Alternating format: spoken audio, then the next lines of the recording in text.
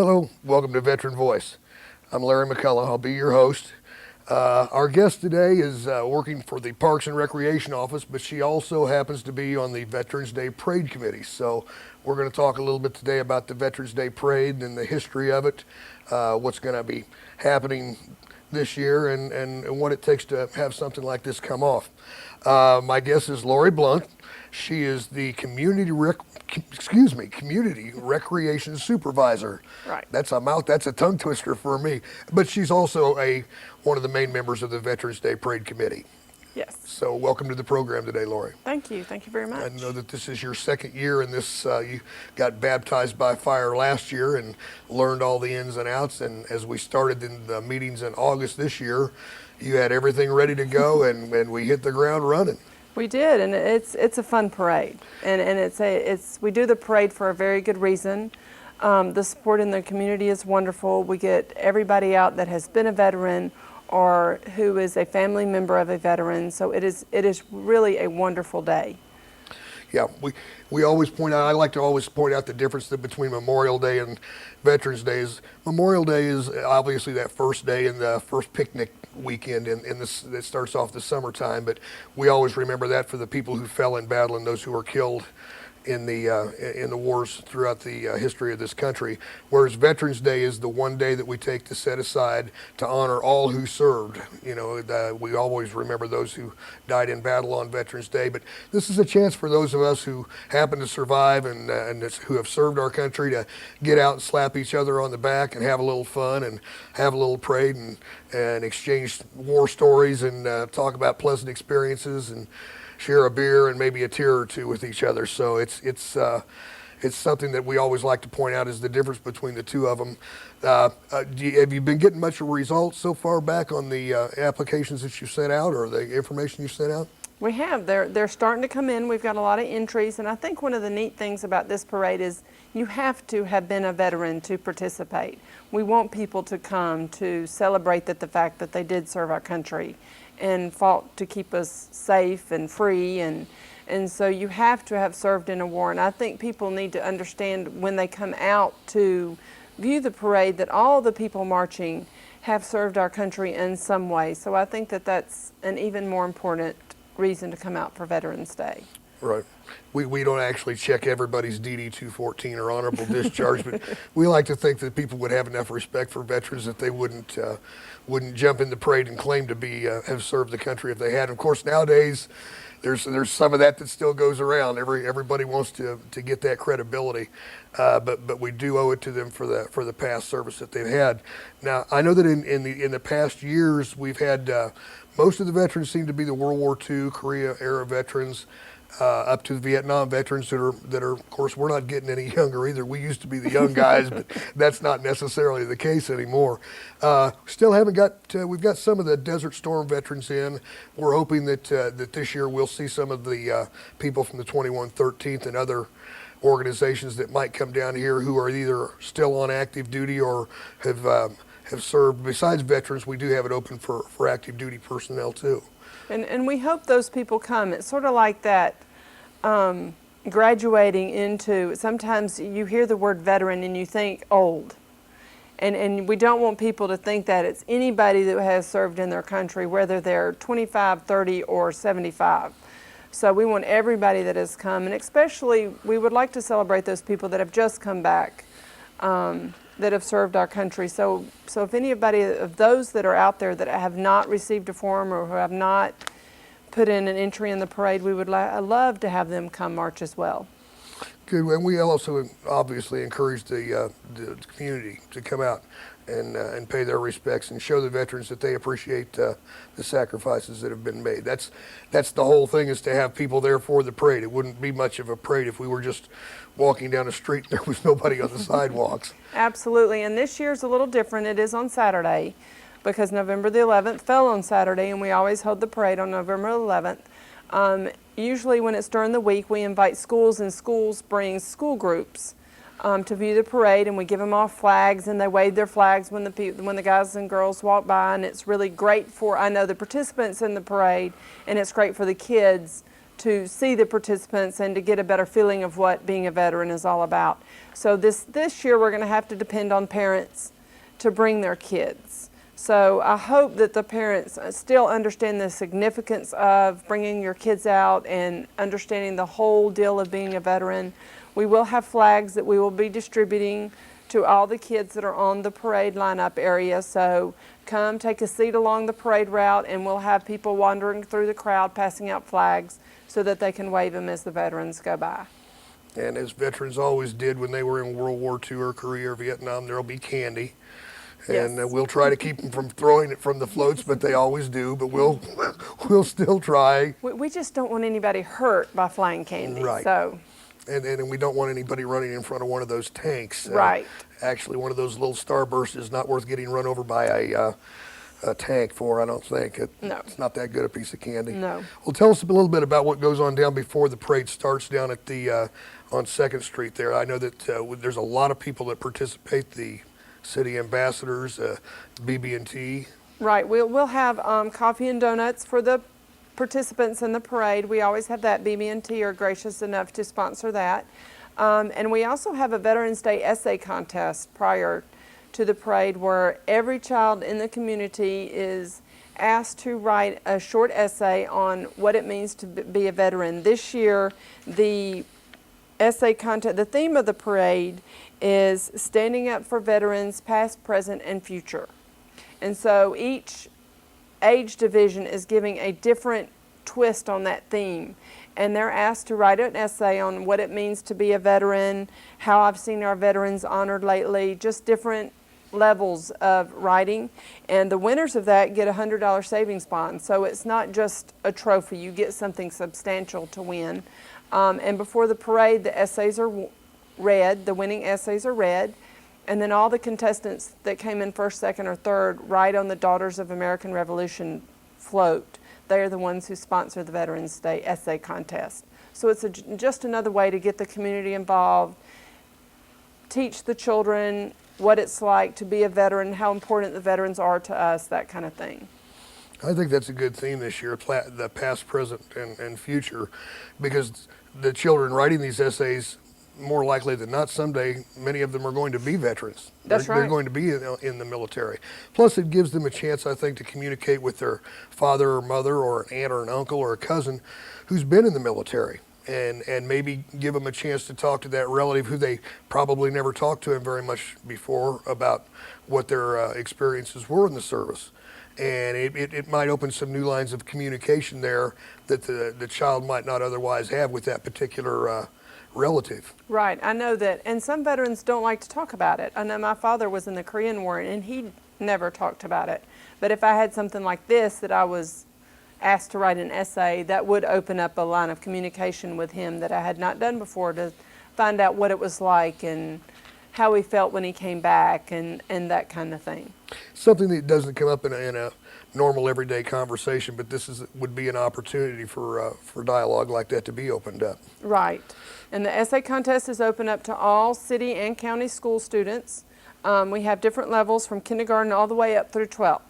So everybody has an opportunity to enter. The deadline is October the 20th, and everybody should be receiving information home from school.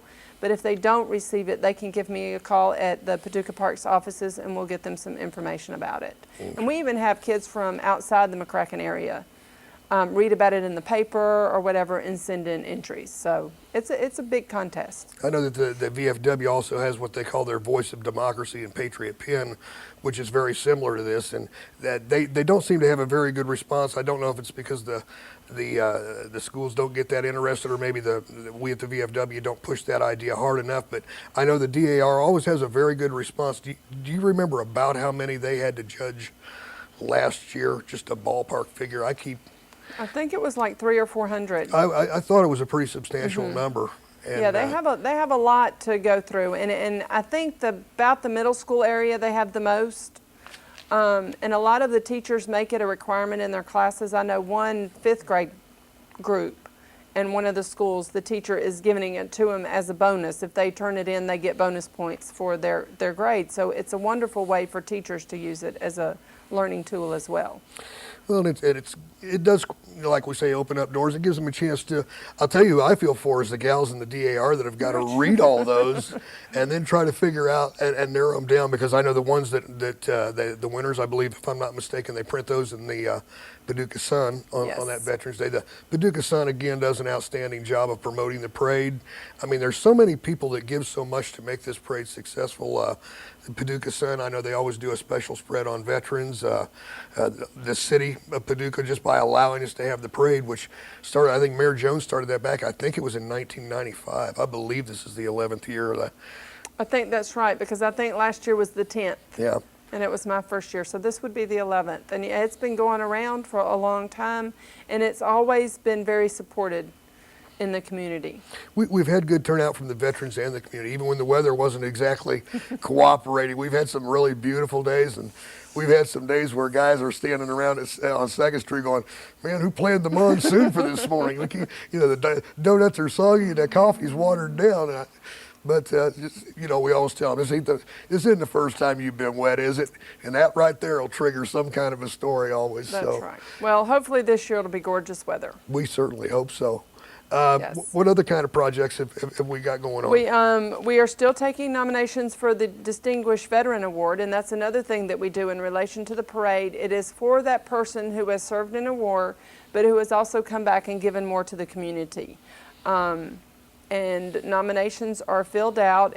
They're basically, what we want to know is when they served, if they won any awards or any medals in the war, and then when they got back, how did they continue to serve their community? What did they do? What service organizations did they belong to? Did they help children? Just that kind of thing, to make us see if they were well-rounded, and they continued to give back. And then we have a surprise reception in their honor, and usually it's a surprise. Last year, I think we pulled it off. It was Red Nickel last year, It was right? Red Nickel, and I think he was very surprised. And it's a really neat thing for the recipient as well as the family member or the friend who nominated them. It's a really neat thing. Well, we have a special place for them in the parade as the Distinguished Veteran of the Year. And then also we started after we first started the Distinguished Veterans, they have a float of their own now. Yes. So that all the past Distinguished Veterans get to ride in the parade on this special float that's up towards the front, so that they can be recognized again year after year. And unfortunately, as the years have gone by, we've lost a few of them, and that's a sad thing. But at least we had the chance to recognize them while they were here, and let them know how much the community appreciated everything they did. So. Right. Well, I know Pat Earls, who's been a committee member since the committee was formed, probably, Oh, yes. who's also works for Paducah Parks, is worried that the float, we need a bigger float. Because we're up to 11 distinguished veterans, and as you said, not all of them are still with us, but we are getting a lot of people who want to come back and ride on the float, which is wonderful. Oh, yes. If there is a deceased distinguished veteran, I know that a lot of times if they've got a family member that they would like to ride, that we certainly allow them to do that. We want to honor these people, because I know that you get a lot of good applications for a lot of people. I know that you all at Parks and Recreation are the ones that judge that, and I'm glad that it's, that way it stays out of the hands of the veterans, and you guys always do a good job. And I've noticed other stories that I've heard about in the past, other veterans, even the ones that didn't win, have got some outstanding characteristics and credits to their name for what they did serving their country and when they got back. Right, and I hope we get more applications. I really want to encourage people to call us and get an application and send it back in. We've extended the deadline to October the 11th just because we felt like October the 1st, which was the original deadline, was too soon. Mm-hmm. So we encourage, you may not think that they've done a lot when they got back, but I think a lot of times we don't think that we've done a lot in our community, but when you put it down on paper, it turns out to be a lot. So I hope we get a lot of veterans veterans families that realize that, yeah, my dad or my granddad or my uncle is really a great guy, and I need to put him up for this award. Well, and that's something else that young people could do besides the essay contest. If you feel that your father or your uncle or your mother or someone else in your family, a brother or sister, has done a good job of serving their country and continues to either be in the military or serve the community at church or whatever, you should submit them. And like you say, the applications will still be available there at Parks and Recreation. they can come by and get those and put together. It's probably not a hard thing to do. They basically want the information, and you can sit down and get that written out for them. Maybe we can get some more applications in before the deadline. Right, and that would be great. And the other thing that goes on this day is that night there's a concert that, again, salutes the veterans. They play 40s and 50s music, I believe, but it's just a fun time for the veterans to come and relax and dance and hang out and, again, talk about stories and listen to the music of yesteryear and just have a good time. I know that we always have a good time with the parade itself. Sam Burge and I get to do the color commentary, and Yes. and Sam's a lot of fun to be with. He and I have had some wonderful times together, and again, that's thanks to the facilities here at West Kentucky Community and Technical College. And these folks do a great job, rain or snow. They're out there showing the parade live that morning, so those who maybe can't get out to see the parade can still see it on Channel 2, and then watch it later on again if they want to. So again, we've got so many people that help out. I know that the ambassadors, city ambassadors, They're going to be the ones, they set up the coffee and donuts, and then hopefully they're going to be the ones that will distribute the flags for us throughout the crowd. So yes, they do help out a lot. now I know, is it Wilbur Monument that is the ones that provide the? They provide the plaque for the distinguished veteran, and That's they what do it a is. lot for the distinguished veteran.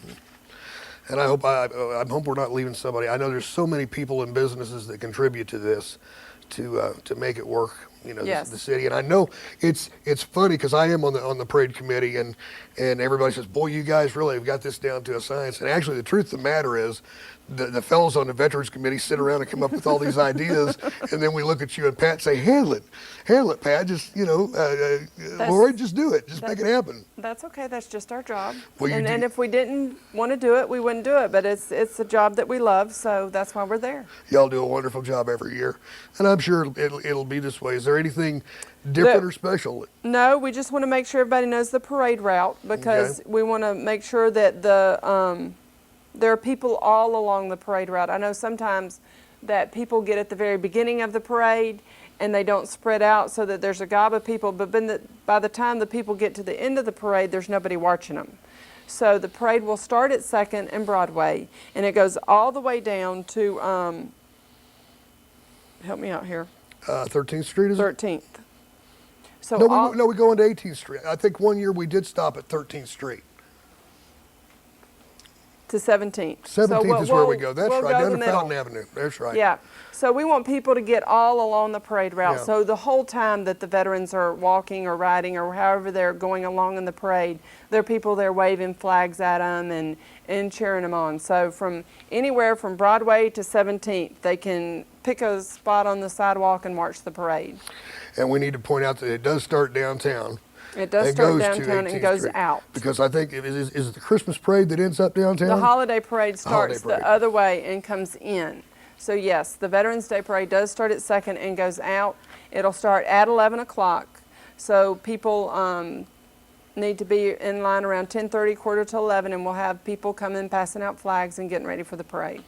Okay, and it does start at, now the ceremonies down at the gazebo will start at about 10:30, is it? About 10:30, right. And then we try to step the parade off right at 11. Right. And that's where the essay contest winners are announced. Well, we've already talked about the reason for the parade.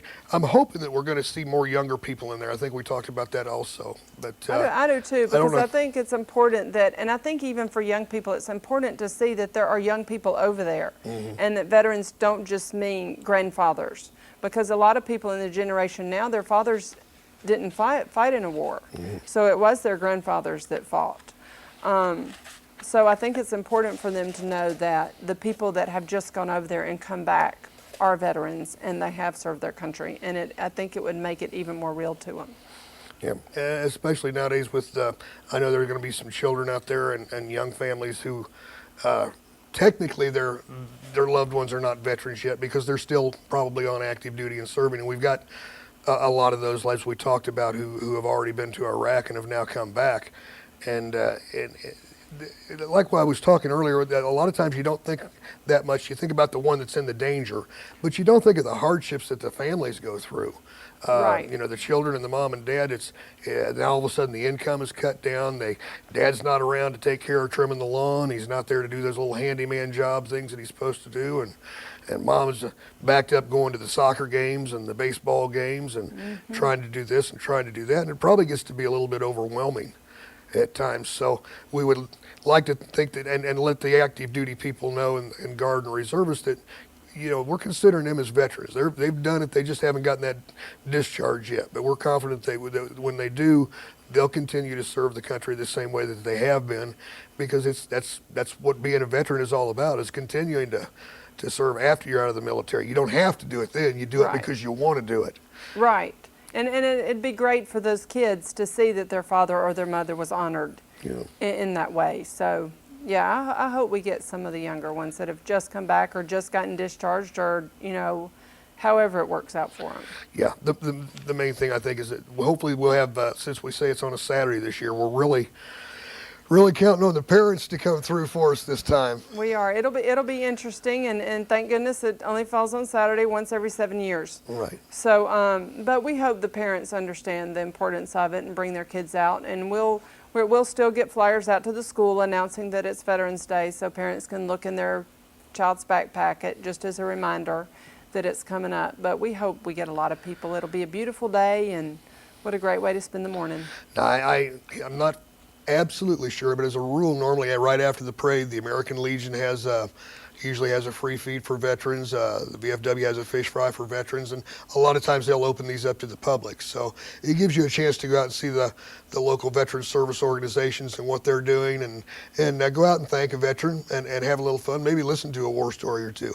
All of them are not brutal and ugly. I've got some really funny ones. I don't know that I could tell them on the air, but I guess I could tell a couple. But I tell people I had some of the best times and some of the worst times of my life when I was in Vietnam. But the good times were really good, and the bad times were really bad. And I can remember my father at one point, and I've said this before, older I get, the wiser I find out he was. Yes. He told me at one point, he said, you know, you're going to look back on this and laugh someday. And I can remember saying, there ain't nothing funny about this. Now I'm older and wiser, I guess, and I can look back and laugh at it. So hopefully the experiences that some of these young people are going through today, they'll have these memories when they get to be up at my age, and they can tell them to the younger people coming on up. What else have we got going on? I think we pretty well covered a lot of this stuff. I think so. We just would love to have more entries, and I know they're coming in, and we would love to have more distinguished award nominations, distinguished veteran nominations. And if anybody out there who has not heard about the essay contest wants to enter it, we would love to have your child. I know that there's homeschoolers out there that do not necessarily get the same information as the city school kids, just because we don't have that way to get to them. So homeschoolers are definitely welcome to write in the essay contest. Just anybody who has a child from kindergarten age to 12th grade. Okay, the one thing that I didn't hit on that we can talk about for a couple minutes is the bands. We've had really good results in the past with the bands. How many did we have last year? Was it 5 or 6? 6, I think it was. And we've got a few this year, but we're getting a real strong input from. We've gotten 3. 2 of them are from Illinois, and one's from Paducah. And I think a lot of that problem is that it is on Saturday, and it's hard for them to get the group together to come out. But hopefully they'll come on out. We still got plenty of time, and in fact, I'll probably be making phone calls and, you know, asking again if they won't come march, because everybody loves a good band. Yeah. And it just adds to the whole atmosphere of a parade. Well, I think that is one of the positive things that we've brought out of this, since it's been going for 11 years now, is that the first couple of years, which is before you came, and there were a lot of little logistical problems that didn't get worked out, and we've got ironed out. And as I've said, it's hard to get excited in August about something that's going to happen in November, because the weather's still warm and hot and everything. But we've gotten to where we just got it down to 1 meeting a month now. it shows up well. We hope that the people will come out, but that's one of the things that we just have to learn. I don't know that it's ever been on a Saturday before. I keep thinking the last time it should have. It should have. I think the reason I'm thinking of a leap year that we had where it jumped and we didn't have one on Sunday, which is And the we got dilemma lucky. that's the dilemma that the next committee will That's have right. to deal with is That's with, right. if we're going to have it on the 11th, which I don't know if it would be really tough on a Sunday with church and all. It's just not going to be quite the same. The history of the parade is to have it on the 11th at 11. Yeah. And you can't really do that on a Sunday morning. So we've already had calls about whether or not we're going to have it on Sunday and what are we going to do about the parade next year. And I tell them that when this parade is over, we'll discuss next year's parade and the date and probably have that nailed down by the first of the year. Right. The best thing that we can do right now is just try to get through this one. Right. But everything looks like it's fallen into line really well. Y'all have done a great job.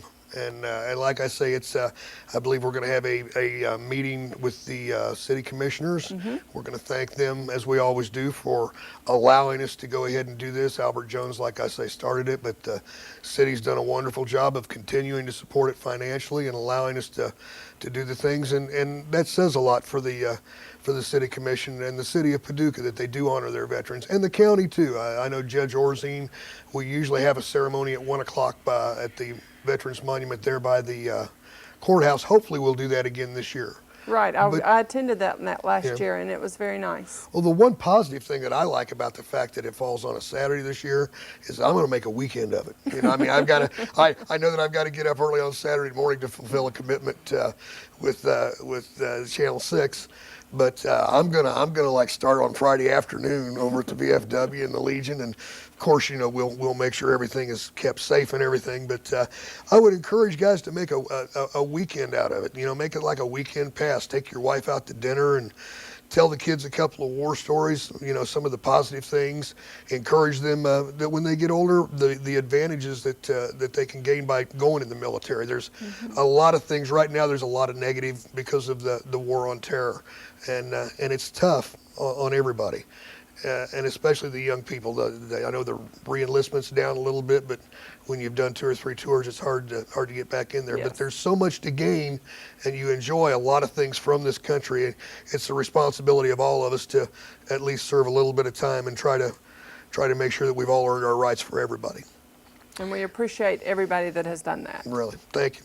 Well, Laurie, I appreciate you coming out today. Hopefully we've generated some interest today and people can make some plans. Remember, folks, it's November the 11th, 11/11/11, November the 11th at 11 o'clock a.m. On that Saturday, we'll be stepping off.